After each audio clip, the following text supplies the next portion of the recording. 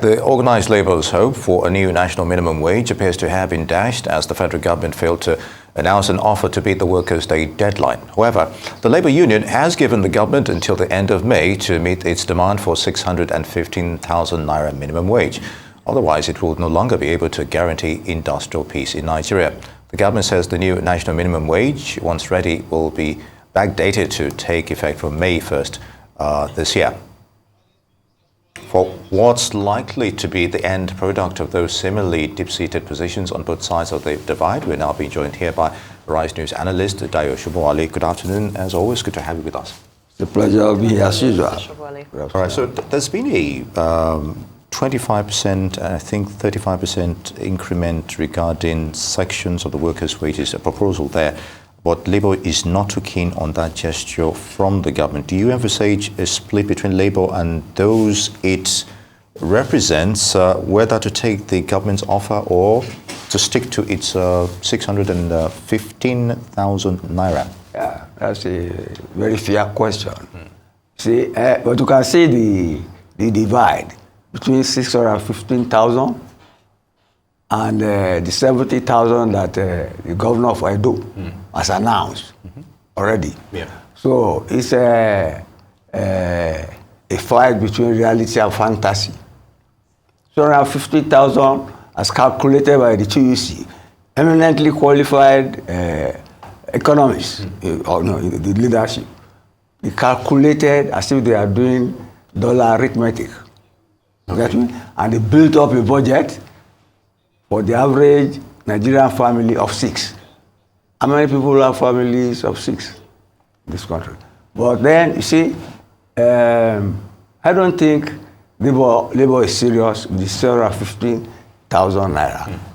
And I think this time government is smarter than Labour, because those who offer 35% increment, even pensioners, 25%, they say a bird in hand is worth 2 in the bush. There's no way Labour can call on those and expect them to follow it next time around. And anyway, it has even given a new deadline of May 31st. You see, it is an endless bargaining that is not yielding any positive result for the followership. So that's why I said your question was good, because it's bound to create a split between Labour and its followership. See, you may think the government is smart. And I think really it is, because it divides our rule. It's a strategy of negotiation and governance. Those who have that money in their pocket will be planning what to do with it right now. You get me? And you see, I must commend the governor of Edo State for what he has done. He is a responsive leader who cares for the welfare of the people who put him there. It's a pity his second term is ending. Because if he was in the first term, I would have said he has behaved responsibly and responsively enough for him to be re-elected. You get me? So that is the issue. When Labour should be taking government to task on welfare issues.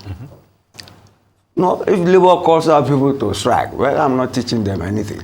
On transportation, high cost of food and all that, people will appreciate that, even for a day or two, because they know it is for their welfare. But then to be negotiated since January till May, the government will soon celebrate its 1 year in office. Yeah. And as things stand, it is the government that is sounding more confident than the Labour leadership now. Because the president is on record as saying that the time when Nigerians are suffering is about over. You get me? That they are working towards a living wage. So, you see, Labour should put its house in order. You cannot ask for what you know the person you're asking can never give you. And you cannot, because you want to spite your nose, to cut your nose to spite your face, you calculate the rate of the naira to the dollar, and you build that into what? See, they constructed the budget as if it was a state budget. Nobody does that domestically and privately. You live, it's a cut your coat according to your cloth. Yeah, you live within your means. That's prudence. You see, and the economics of budget planning, public budget planning, is different from that of you and me and Vimbai. Get me? Because you know what is coming for you and you spend within it. But you see, Labour is copying the government that we also take to task over budgeting. The present budget government, in fact, all the governments since we returned to democracy have always prepared budgets, and they are supposed to be pruned by the legislature, but eternally the legislature adds to it, and they go on together. But you can't build consumption budget for your workers like that. Yeah. It is a bad example. Let's leave it at that for now. All right, looking at the state level, as we commend what's happened in Edo State, Cross River State also increased minimum wage from 30,000 to 40,000, which a lot of, so let's have that conversation. I know because they've also increased the minimum wage to 40,000, which is, I suppose, an indication of them saying, well, this is what we can afford, so this is what we'll do. So where do we go from there? Because should this just be handled at a state level and let each state do what they can afford? If the states are in a hurry, and they should be in a hurry because they are elected officers, they are not aristocrats or royal family, they are elected.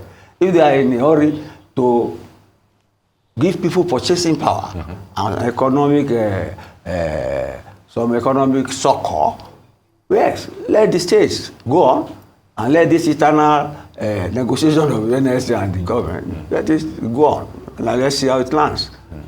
And I'm sure if they have any convention of the leadership on the renewal of leadership of the Labour people, they will have some problems. Just like the politicians who are elected, if they don't act fast, like Edu and Cross River have done, that's responsiveness. Yes, and that's the essence of democracy. And the moral here is that there should be room for engagement and, of course, negotiations every now and then. But with realistic demands. Okay. All right, we'll leave it at that. Mr. Dayo Sobowale, Arise News analyst, would like to thank you for your input on that.